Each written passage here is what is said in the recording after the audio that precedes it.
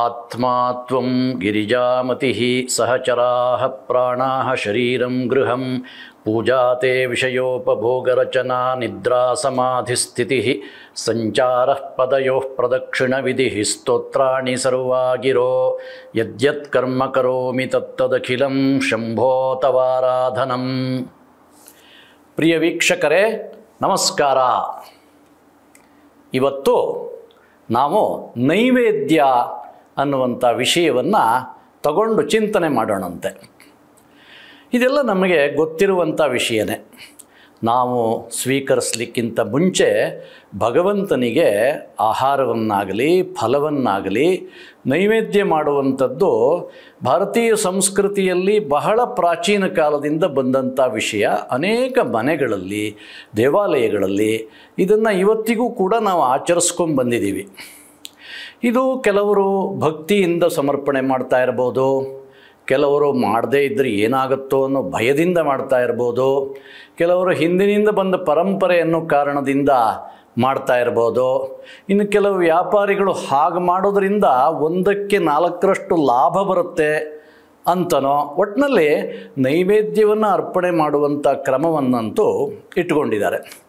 ಇನ್ನು ಕೆಲವು ವಿಚಾರಪರರು ಇವೆಲ್ಲ ಮೌಢ್ಯ ಸ್ವಾಮಿ, ಮಾನಸಿಕ ದೌರ್ಬಲ್ಯದ ಲಕ್ಷಣ, ಕಲ್ಲಿಗೆ ತೆಂಗಿನಕಾಯಿ ಒಡೆಯೋದ್ರಿಂದ ಏನು ಪ್ರಯೋಜನ, ದೇವರು ಅದನ್ನೇನಾದರೂ ತಿಂತಾನ, ಎಲ್ಲ ವಿಚಾರಹೀನತೆಯ ಆಚರಣೆಗಳು ಅಂತ ಹೇಳೋದನ್ನು ಕೂಡ ನಾವು ನೋಡ್ತೀವಿ. ಈ ನೈವೇದ್ಯದ ವಿಷಯವನ್ನು ತಂದವರು ಯಾರು? ಸನಾತನ ಆರ್ಯ ಮಹರ್ಷಿಗಳು.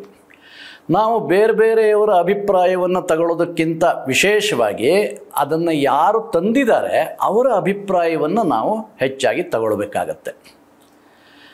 ಒಂದು ದೃಷ್ಟಿಯಿಂದ ನಿಜ ಹೇಳಬೇಕು ಅಂದರೆ ಚರಾಚರ ಸೃಷ್ಟಿಯಲ್ಲಿರುವಂತಹ ಸಮಸ್ತವೂ ಕೂಡ ಭಗವಂತನಿಗೆ ಸೇರಿದ್ದು ಅಂತ ನಾವು ಹೇಳ್ತೀವಿ. ನನ್ನದು ಅನ್ನೋದು ಏನೇನಿದೆಯೋ ಮತ್ತು ನಾನು ಏನಾಗಿದ್ದೀನೋ ಅದೆಲ್ಲವೂ ವಾಸ್ತವವಾಗಿ ನಿನ್ನದೇ ಆಗಿದೆಯಲ್ಲವೇ ಅಂತ ಒಂದು ವಾಕ್ಯ ಇದೆ. ಹಾಗೆಯೇ ಶ್ರುತಿ ಅಪ್ಪಣೆ ಕೊಡಿಸುತ್ತೆ, ಬ್ರಹ್ಮವನಂ ಬ್ರಹ್ಮ ಸವೃಕ್ಷ ಆಸೀತ್. ಅಂದರೆ ಬ್ರಹ್ಮವೇ ವನವೂ ಆಯಿತು, ವೃಕ್ಷಗಳೂ ಆದವು ಅಂತ. ಹೊರಗಡೆದು ಏನೇನೂ ಇಲ್ಲ, ಎಲ್ಲ ಭಗವಂತನಿಗೆ ಸೇರಿದ್ದು. ಹಾಗಿದ್ದ ಮೇಲೆ ಅವನದೇ ವಸ್ತುಗಳನ್ನು ಅವನು ತಗೊಳ್ಳಿಕ್ಕೆ ಬರಲ್ವಾ? ನಾವು ಅವನಿಗೆ ಕೊಡೋದು ಏನು ಔಚಿತ್ಯ ಇದೆ ಅನ್ನುವಂಥ ಒಂದು ಪ್ರಶ್ನೆ ಬರುತ್ತೆ ನಮಗೆ. ಹಾಗಾದರೆ ಏನು ನಮಗೆ ಅವನಿಗೂ ಕೂಡ ನಮ್ಮಂತೆ ಹಸಿವು ಬಾಯಾರಿಕೆಗಳಿದೆಯಾ? ಅವನಿಗೆ ನಾವು ಸಮರ್ಪಣೆ ಮಾಡಿ ಅದನ್ನೆಲ್ಲ ಶಮನ ಮಾಡಬೇಕಾ ಅನ್ನೋದೆಲ್ಲ ಸಾಮಾನ್ಯವಾಗಿ ಪ್ರಶ್ನೆ ಬಂದಾಗ ಅದಕ್ಕೆ ಉತ್ತರ ನಾವು ಕಂಡುಕೊಳ್ಳಬೇಕಾಗತ್ತೆ. ಅದಕ್ಕಿಂತ ಮುಂಚೆ ನಾವು ಕೆಲವು ವಿಷಯಗಳನ್ನು ಯೋಚನೆ ಮಾಡೋಣಂತೆ. ಈಗ ನಾವು ತಲೆಯಲ್ಲಿ ಯೋಚನೆ ಮಾಡಿದ್ದನ್ನು ಇಂದ್ರಿಯಗಳ ದ್ವಾರ ಕಾರ್ಯಗತ ಮಾಡ್ತೀವಿ. ಹಾಗೆಯೇ ನಾವು ಇಂದ್ರಿಯಗಳಿಂದ, ನಮ್ಮ ಕೈಯಿಂದ, ನಮ್ಮ ನಾಲಿಗೆಯಿಂದ ಏನೇನು ಸ್ವೀಕಾರ ಮಾಡ್ತೀವಿ ಅದು ತಲೆಯವರೆಗೆ, ಮನಸ್ಸಿನವರೆಗೆ ತಲುಪಿದ ಮೇಲೆ ನಮಗೆ ಸುಖವಾಗಲಿ ದುಃಖವಾಗಲಿ ನಾವು ಫೀಲ್ ಮಾಡ್ತೀವಿ. ಮನಸ್ಸು, ಈಗ ನಾವು ತಿಂಡಿ ತಿಂತಾ ಇರ್ತೀವಿ, ಮನಸ್ಸು ಇನ್ನೆಲ್ಲೋ ಇರುತ್ತೆ ಅಂತ ಹೇಳಿದಾಗ ನಮ್ಗೆ ತಿಂಡಿ ರುಚಿ ಆಸ್ವಾದನೆ ಮಾಡಲಿಕ್ಕೆ ಆಗಲ್ಲ. ಗಬ ಗಬ ಗಬ ಏನೋ ಒಂದು ಚೀಲಕ್ಕೆ ತುಂಬ್ತಾ ಇರ್ತೀವಿ. ಸ್ವಾಮಿ ಭಾಳ ಚೆನ್ನಾಗಿತ್ತಾ ಅಂತ ಕೇಳಿದರೆ ಇನ್ನೊಂದು ಸ್ವಲ್ಪ ಹಾಕಿ ನೋಡ್ತೀನಿ ಅಂತ. ಅಂದರೆ ಮನಸ್ಸು ಬೇರೆ ಕಡೆ ಇದ್ದಾಗ ಅದನ್ನು ನಾವು ಅನುಭವಿಸ್ಲಿಕ್ಕಾಗಲ್ಲ. ಅಲ್ಲಿಗೆ ಮನಸ್ಸು ಬಹಳ ಪ್ರಮುಖವಾದ ಇಂದ್ರಿಯ. ಅದಕ್ಕೆ ಸಮರ್ಪಣೆ ಆದಾಗಲೇ ನಾವು ಆನಂದವನ್ನು ಅನುಭವಿಸ್ಲಿಕ್ಕಾಗೋದು ಅನ್ನುವಂಥದ್ದು ನಮ್ಮ ಒಂದು ಅನುಭವದಲ್ಲೇ ಇದೆ. ಆದರೆ ಈ ದೇಶದ ಮಹರ್ಷಿಗಳು ಬರೀ ಮನಸ್ಸಲ್ಲಪ್ಪ, ಮನಸ್ಸೂ ಕೂಡ ಆತ್ಮನಿಗೆ ದ್ವಾರವಾಗಿದೆ. ಮನಸ್ಸಿಗೂ ಚೈತನ್ಯವನ್ನು, ಅದು ಸುಖಿಸುವಂತಹ ಯೋಗ್ಯತೆಯನ್ನು ಕೊಡ್ತಾ ಇರುವಂತಹ ಜೀವಭೂತವಾದಂಥ ಶಕ್ತಿ ಒಳಗಡೆ ಇದೆ. ಅಲ್ಲಿಯವರೆಗೆ ಸಮರ್ಪಣೆ ಆದಾಗ, ಯಾವುದೇ ಪದಾರ್ಥಗಳು ಅಲ್ಲಿಯವರೆಗೆ ಸಮರ್ಪಣೆ ಆದಾಗ ಅದು ಸರ್ವಾತ್ಮನ ನಾವು ಆನಂದವನ್ನು, ಹೆಚ್ಚು ಆನಂದವನ್ನು ಅನುಭವಿಸ್ಲಿಕ್ಕಾಗತ್ತೆ. ಯಾವ ರೀತಿ ಬೇರಿಗೆ ನೀರೆರೆದಾಗ, ಬೇರು ವೃಕ್ಷದ ಒಂದು ಮೂಲ ಸ್ಥಾನದಲ್ಲಿದೆ, ಅದಕ್ಕೆ ನೀರೆರೆದಾಗ ಇಡೀ ವೃಕ್ಷವನ್ನು ಕಳಕಳ ಅಂತ ಅದು ಹೊಳೆಯ ಹಾಗೆ ಮಾಡುತ್ತದು. ಅದೇ ರೀತಿಯಲ್ಲಿ ನಾವು ವೃಕ್ಷ ಮೂಲಕ್ಕೆ ನೀರು ಏರದ ಹಾಗೆ ನಾವು ಮನೋಮೂಲದಲ್ಲಿರುವಂತಹ ಆತ್ಮನಿಗೆ ಸಮರ್ಪಣೆ ಮಾಡಿದಾಗ ಅದು ಸರ್ವಾಂಗ ಸುಂದರವಾಗಿ ನಮ್ಮನ್ನು ಅರಳಿಸ್ಲಿಕ್ಕೆ ಸಹಾಯವಾಗುತ್ತೆ ಅನ್ನೋದನ್ನು ನಾವು ಮರಿಬಾರದು. ನಾವೀಗ ಇಂದ್ರಿಯಗಳಿಂದ ತಗೊಳ್ತೀವಿ, ಹೌದು. ಈಗ ಒಂದು ಉದಾಹರಣೆಗೆ ಹ್ಯಾಟನ್ನು ತಗೊಳ್ತೀವಿ. ಹ್ಯಾಟ್ ಇದ್ದಲ್ಲಿ ನಾವು ತಲೆನೇ ತಗೊಂಡೋಗಿ ಈಗ ಹಾಕಲ್ಲ, ಕೈಯಿಂದ ತಗೊಳ್ತೀವಿ. ಯಾತಕ್ಕೆ ತಗೊಳ್ತೀವಿ ಅಂದರೆ ತಲೆಗೆ ಹಾಕ್ಕೊಳ್ಳಿಕ್ಕೋಸ್ಕರ ತಗೊಳ್ತೀವಿ.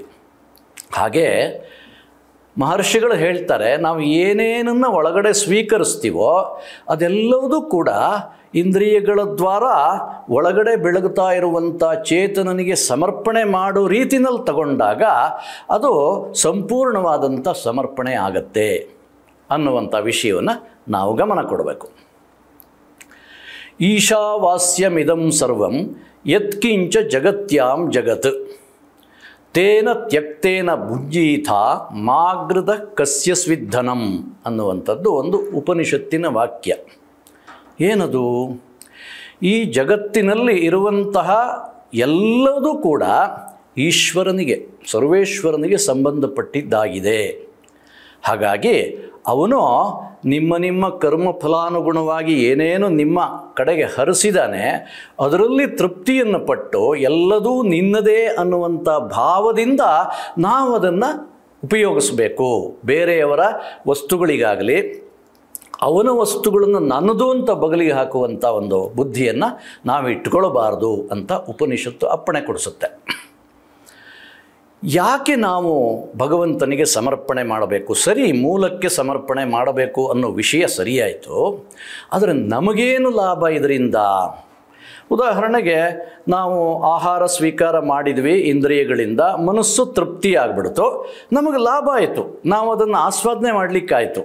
ಹಾಗೆಯೇ ಭಗವಂತನಿಗೆ ಸಮರ್ಪಣೆ ಮಾಡೋದರಿಂದ ನಮಗೇನು ಉಪಯೋಗ ಅನ್ನೋದನ್ನು ಆಲೋಚನೆ ಮಾಡಿದರೆ, ನಮ್ಮ ಸಮರ್ಪಣೆ ನೈಜವಾಗಿ ಅವನನ್ನು ಸ್ಮರಣೆ ಮಾಡಿಕೊಂಡು ಮಾಡಿದ್ದಾಗಿದ್ದಾಗ ಅವನು ಅದರ ಮೇಲೆ ತನ್ನ ಅನುಗ್ರಹವನ್ನು ಹರಿಸ್ತಾನೆ. ನಾವು ಕೊಟ್ಟಂಥ ತೆಂಗಿನಕಾಯಿ ಆಗಲಿ ಬಾಳೆಹಣ್ಣಾಗಲಿ, ಅದು ತೆಂಗಿನಕಾಯಿ ಬಾಳೆಹಣ್ಣು ನಮ್ಮ ವಸ್ತುವಾಗಿ ಅಲ್ಲಿ ಸಮರ್ಪಣೆ ಆಗಿರುತ್ತೆ. ಆದರೆ ಅದನ್ನು ವಾಪಸ್ ತಗೊಳ್ಳುವಾಗ ಭಗವಂತನ ಅನುಗ್ರಹ ಪೂರ್ಣವಾಗಿ ನಮಗೆ ವಾಪಸ್ ಬರುತ್ತೆ, ಅಂದರೆ ಪ್ರಸಾದವಾಗಿ ವಾಪಸ್ ಬರುತ್ತೆ. ಅಂತಹ ಪ್ರಸಾದವನ್ನು ನಾವು ಸ್ವೀಕಾರ ಮಾಡಿದಾಗ ನಮ್ಮ ಇಂದ್ರಿಯ ಮನೋಬುದ್ಧಿಗಳೆಲ್ಲ ಪ್ರಸನ್ನವಾಗತ್ತೆ. ಯಾಕೆ? ಮೂಲಕ್ಕೆ ಸಮರ್ಪಣೆ ಮಾಡಿದ್ದೀವಿ, ಅವನ ಅನುಗ್ರಹವನ್ನು ಪ್ರಾರ್ಥನೆ ಮಾಡಿದ್ದೀವಿ. ಹಾಗೆ ಮಾಡಿದಾಗ ನಮಗೆ ನಮ್ಮ ಅಂತಹ ಆಹಾರವನ್ನು ನಾವು ಪ್ರಸಾದವಾಗಿ ಸ್ವೀಕಾರ ಮಾಡಿದಾಗ ನಮ್ಮ ಇಡೀ ಮನಸ್ಸು, ಶರೀರ, ಬುದ್ಧಿ, ಮನಸ್ಸು ಎಲ್ಲವೂ ಕೂಡ ಸತ್ ಚಿಂತನೆಯಿಂದ ತುಂಬಿ ಹೋಗುತ್ತೆ. ಒಳ್ಳೆಯ ಚಿಂತನೆಯನ್ನು ನಾವು ಮಾಡ್ತೀವಿ, ನಾವು ನೆಮ್ಮದಿಯನ್ನು ಅನುಭವಿಸೋ ಹಾಗಾಗತ್ತೆ. ಅದಕ್ಕೋಸ್ಕರ ಭಗವಂತನಿಗೆ ಸಮರ್ಪಣೆ ಮಾಡಬೇಕು. ಅವನು ಅನುಗ್ರಹಪೂರ್ಣವಾದಂಥ ದೃಷ್ಟಿಯಿಂದ ಅದು ಪ್ರಸಾದವಾದ ಮೇಲೆ ನಾವು ತಗೊಳ್ಬೇಕು ಅನ್ನುವಂತಹ ಋಷಿ ದೃಷ್ಟಿ, ಬಹಳ ವೈಜ್ಞಾನಿಕವಾದಂಥ ಋಷಿ ದೃಷ್ಟಿ ಇಲ್ಲಿದೆ. ವಿಶ್ವವೆಲ್ಲವೂ ನಾವು ಹೇಳಿದ್ವಿ ಎಲ್ಲವೂ ಅವನದೇ ಅಲ್ವಾ ಅಂತ ಹೇಳಿದರೆ, ಹೌದು, ವಿಶ್ವವೆಲ್ಲವೂ ಅವನೇ ಆಗಿದ್ರೂ ಕೂಡ ಉದಾಹರಣೆಗೆ ಎಲ್ಲ ಕಡೆ ನೀರು ಯಾವುದೋ ಒಂದು ಟ್ಯಾಂಕಿಂದ ಬರ್ತಾ ಇದೆ ನೀರು ಅಂತ ಹೇಳಿದರೆ, ನಮ್ಮನೆಗೆ ಬರಬೇಕಾದ್ರೆ ನಮ್ಮನೆ ಪೈಪ್ ಮೂಲಕ ನಮ್ಮನೆ ನಲ್ಲಿಯಿಂದನೇ ಅದು ಬರಬೇಕು. ಹಾಗಾಗಿ ನಾವು ಅವನಿಗೆ ಸಮರ್ಪಣೆ ಮಾಡಬೇಕಾದರೂ ಕೂಡ ನಮ್ಮ ಇಂದ್ರಿಯಗಳನ್ನು ದ್ವಾರ ಮಾಡಿಕೊಂಡು ಅವನಿಗೆ ಸಮರ್ಪಣೆ ಮಾಡಬೇಕು. ಈಗ ತಮಾಷೆಯಾಗಿ ಒಬ್ಬರು ಪೊಲೀಸ್ನವರು ಹಿಂದೆಲ್ಲ, ಈಗ ಸೈಕಲ್ಲೇ ಇಲ್ವಲ್ಲ, ಹಿಂದೆ ಸೈಕಲ್ಲು ಆ ಡೈನಮೋ ಇರಬೇಕಾಗಿತ್ತು. ರಾತ್ರಿ ಸೈಕಲ್ ಓಡಿಸ್ಬೇಕಾದ್ರೆ ಆ ಸೈಕಲ್ಲಿಗೆ ಲೈಟ್ ಇರಬೇಕು, ಇಲ್ಲದೇ ಇದ್ದರೆ ಪೊಲೀಸರು ಹಿಡಿತಾಯಿದ್ರು ನಮ್ಮ ಕಾಲದಲ್ಲಿ, ಭಾಳ ಹಳೆ ಕಾಲದಲ್ಲಿ. ಸೊ ಯಾರೋ ಒಬ್ಬ ಬಹಳ ಒಂದು ಹೈವೇನಲ್ಲಿ, ಅಂದರೆ ತುಂಬ ಲೈಟ್ ಇದೆ ಅಲ್ಲಿ, ಅವನು ಸೈಕಲ್ ಹೊಡ್ಕೊಂಡು ಹೋಗ್ತಾ ಇದ್ದ, ಪೊಲೀಸ್ನವ್ನು ಹಿಡ್ಕೊಂಡ್ಬಿಟ್ಟ ಅಂತ. ಹಿಡ್ಕೊಂಡಾಗ ಅವನು ಕೇಳ್ದ ಅಂತ, ಯಾತಕ್ಕೋ ಲೈಟ್ ಇಲ್ಲ, ನೀನು ಸೈಕಲ್ ಬಿಡಲ್ಲ ಈಗ ಅಂತ. ಅವನು ಬಹಳ ಬುದ್ಧಿವಂತಿಕೆಯಿಂದ ಹೇಳ್ದ ಅಂತ, ಸ್ವಾಮಿ ಇಲ್ಲೆಲ್ಲ ಲೈಟ್ ಇದೆಯಲ್ಲ, ನನ್ನ ಸೈಕಲಲ್ಲಿ ಲೈಟ್ ಇಲ್ಲದೆ ಇದ್ಬಿಟ್ರೆ ಏನಾಯಿತು ಅಂತ. ತಕ್ಷಣ ಪೊಲೀಸ್ ಏನು ಮಾಡಿಬಿಟ್ಟ, ಟೈರಿಂದ ಗಾಳಿ ತೆಗೆದುಬಿಟ್ಟ. ಗಾಳಿ ತೆಗೆದು, ನೋಡಪ್ಪ ಗಾಳಿ ಎಲ್ಲ ಕಡೆ ಇದೆ, ನೀನು ಟೈರಲ್ಲಿ ಯಾತಕ್ಕೆ ಗಾಳಿ ಬೇಕು ಅಂತ ಗಾಳಿ ತೆಗೆದುಬಿಟ್ಟ ಅಂತೆ.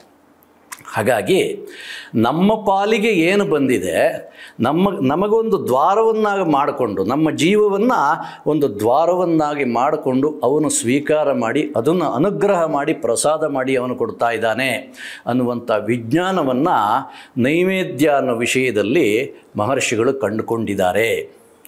ಹೀಗೆ ಈ ನೈವೇದ್ಯ ಅನ್ನೋ ವಿಷಯ ನಾವು ಆರಂಭದ ಒಂದು ಸಂದರ್ಭದಲ್ಲಿ ನಾವು ಯೋಚನೆ ಮಾಡಿದ್ವಿ.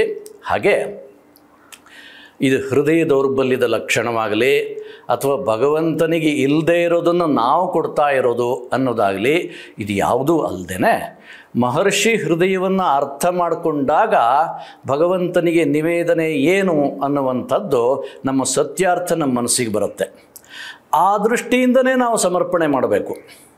ಇಲ್ಲವೇ ನಾವು ಯಾವುದೋ ಒಂದು ಬಾಳೆಹಣ್ಣನ್ನು ಏನೋ ಒಂದು ನೈವೇದ್ಯ ಕೊಟ್ಟಿರ್ತೀವಿ, ಅವರು ಮಾಡಿ ವಾಪಸ್ ಕೊಡ್ತಾರೆ ಅರ್ಚಕರು, ಸರ್ ನಾನು ದೊಡ್ಡ ಬಾಳೆಹಣ್ಣು ಕೊಟ್ಟಿದ್ದೆ, ಇದು ನಮ್ಮ ಸಣ್ಣದು ಅಂತ ಹೇಳೋದಾಗಲಿ. ಅಂದರೆ ನಮ್ಮ ವಸ್ತುವಾಗಿ ಸಮರ್ಪಣೆ ಮಾಡಿ ನಮ್ಮದಾಗಿಯೇ ವಾಪಸ್ ತಗೊಳ್ಳುವಂಥ ವಿಷಯ ಅಲ್ಲಿ ಇಲ್ಲ. ಒಂದು ಮೇಲುಕೋಟೆನಲ್ಲಿ ಒಬ್ಬರು ಶ್ರೋತ್ರಿಯರ ಮನೆಯಲ್ಲಿ ಒಂದು ಸಂಗತಿ ನಡೀತು. ಶ್ರೋತ್ರಿಯರ ಹೆಂಡತಿ ಕೇಳಿದ್ರಂತೆ ಯಜಮಾನರ ಹತ್ರ, ಇವತ್ತು ಮಗಳು ಅಳಿಯ ಎಲ್ಲ ಬಂದಿದ್ದಾರೆ ಮನೆಗೆ, ದೇವ್ರ ನೈವೇದ್ಯಕ್ಕೆ ಏನು ಮಾಡೋದು ಅಂತ. ಅಂದರೆ ಹೆಸರೆಲ್ಲ ಅದೇ ಇದೆ, ದೇವ್ರ ನೈವೇದ್ಯಕ್ಕೆ ಏನು ಮಾಡೋದು ಅಂತ ಕೇಳ್ತಾ ಇದ್ದಾರೆ. ಆದರೆ ಒಳಗಡೆ ಭಾವ ಏನಿದೆ, ಮಗಳು ಅಳಿಯನಿಗೆ ಒಳ್ಳೆ ಅಡುಗೆ ಮಾಡಿ ಹಾಕಬೇಕು. ಈ ಥರ ಕೇಳಿದಾಗ ಅವರು ಬಹಳ ಶ್ರದ್ಧಾಳುಗಳು ಶ್ರೋತ್ರಿಯರು. ಅವರು ಹೆಂಡತಿ ಮುಖಂದೊಂದು ಸಲ ನೋಡಿ, ಏನು ಬೇಡಮ್ಮ, ಭಗವನ್ ನಿವೇದನೆಗೆ ಏನು ಬೇಡ ಅಂತ ಹೇಳಿದ್ರಂತೆ. ಅಂದರೆ ಭಾವ ಏನಿದೆ ಅಂತ ಹೇಳಿದರೆ ಅದದೇ ಶಬ್ದಗಳನ್ನು ಉಪಯೋಗಿಸ್ತಾ ಇದ್ದೀವಿ, ಆದರೆ ಭಗವಂತನಿಗೆ ನಿವೇದನೆ ಅನ್ನುವಂಥ ವಿಷಯ ಮನಸ್ಸಿಂದ ಜಾರಿ ಹೋಗ್ಬಿಟ್ಟಿದೆ. ಏನೋ ಈ ಪದ್ಧತಿ ಬಂದುಬಿಟ್ಟಿದೆ, ಭಗವಂತನ ನಿವೇದನೆಗೆ ಏನು ಮಾಡೋದು ಅಂತ ಕೇಳ್ತಾ ಇದ್ದಾರೆ ಅಷ್ಟೇ. ಬಿಟ್ಟರೆ ಅಲ್ಲಿ ಭಗವಂತನಿಗೆ ನಿವೇದನೆ ಮಾಡಬೇಕು ಅನ್ನುವಂಥ ಮನೋಧರ್ಮ ಇಲ್ಲ. ಈ ಮಗಳು ಅಳಿಯನಿಗೆ ಕೊಡಬೇಕು ಅನ್ನೋ ಮನೋಧರ್ಮ ಮಾತ್ರ ಇದೆ. ಹೀಗಾಗದೇ ಪ್ರತಿ ಸಂದರ್ಭದಲ್ಲಿ ನಾವು ಮಾಡುವಂಥ ಆಹಾರವನ್ನು ಪದಾರ್ಥವನ್ನು ಶುದ್ಧವಾಗಿ ತಯಾರು ಮಾಡಿ ಅದನ್ನು ಭಗವಂತನಿಗೆ ಸಮರ್ಪಣೆ ಮಾಡಿ, ನಿನ್ನ ಪ್ರಸಾದವನ್ನು ನಾನು ಸ್ವೀಕಾರ ಮಾಡ್ತಾ ಇದ್ದೀನಿ, ನನ್ನ ಜೀವನವನ್ನು ಧನ್ಯವನ್ನಾಗಿ ಮಾಡು ಅನ್ನುವಂಥ ಅರಿಕೆ ಮಾಡಿಕೊಂಡು ನಾವು ನೈವೇದ್ಯ ಮಾಡೋ ಹಾಗಾದಾಗ ಅಂತಹ ನೈವೇದ್ಯ ನಮ್ಮನ್ನು ಉನ್ನತವಾದ ಸ್ಥಿತಿಗೆ ಏರಿಸುತ್ತೆ. ಅಂತಹ ನೈವೇದ್ಯವನ್ನೇ ಮಹರ್ಷಿಗಳು ಈ ದೇಶದಲ್ಲಿ ತಂದಿರುವಂಥದ್ದು. ಪ್ರತಿಯೊಂದೂ ಕೂಡ ಅವರ ಆಶಯದಂತೆ ನಾವು ನೈವೇದ್ಯ ಮಾಡೋ ಹಾಗಾದಾಗ ನಮ್ಮ ನೈವೇದ್ಯ ಸಾರ್ಥಕವಾಗತ್ತೆ ಅನ್ನೋದನ್ನು ನೆನಪು ಮಾಡಿಕೊಳ್ತಾ, ಹಾಗೆ ನಿವೇದನೆಯನ್ನು ಮಾಡುವಂತಹ ಪ್ರವೃತ್ತಿಯನ್ನು ಮನಸ್ಸನ್ನು ನಮಗೆಲ್ಲರಿಗೂ ಭಗವಂತ ದಯಪಾಲಿಸಲಿ ಅಂತ ಪ್ರಾರ್ಥನೆ ಮಾಡ್ತಾ ಈ ಮಾತುಗಳನ್ನು ಭಗವದರ್ಪಣೆ ಮಾಡ್ತಾ ಇದ್ದೀನಿ. ನಮಸ್ಕಾರ.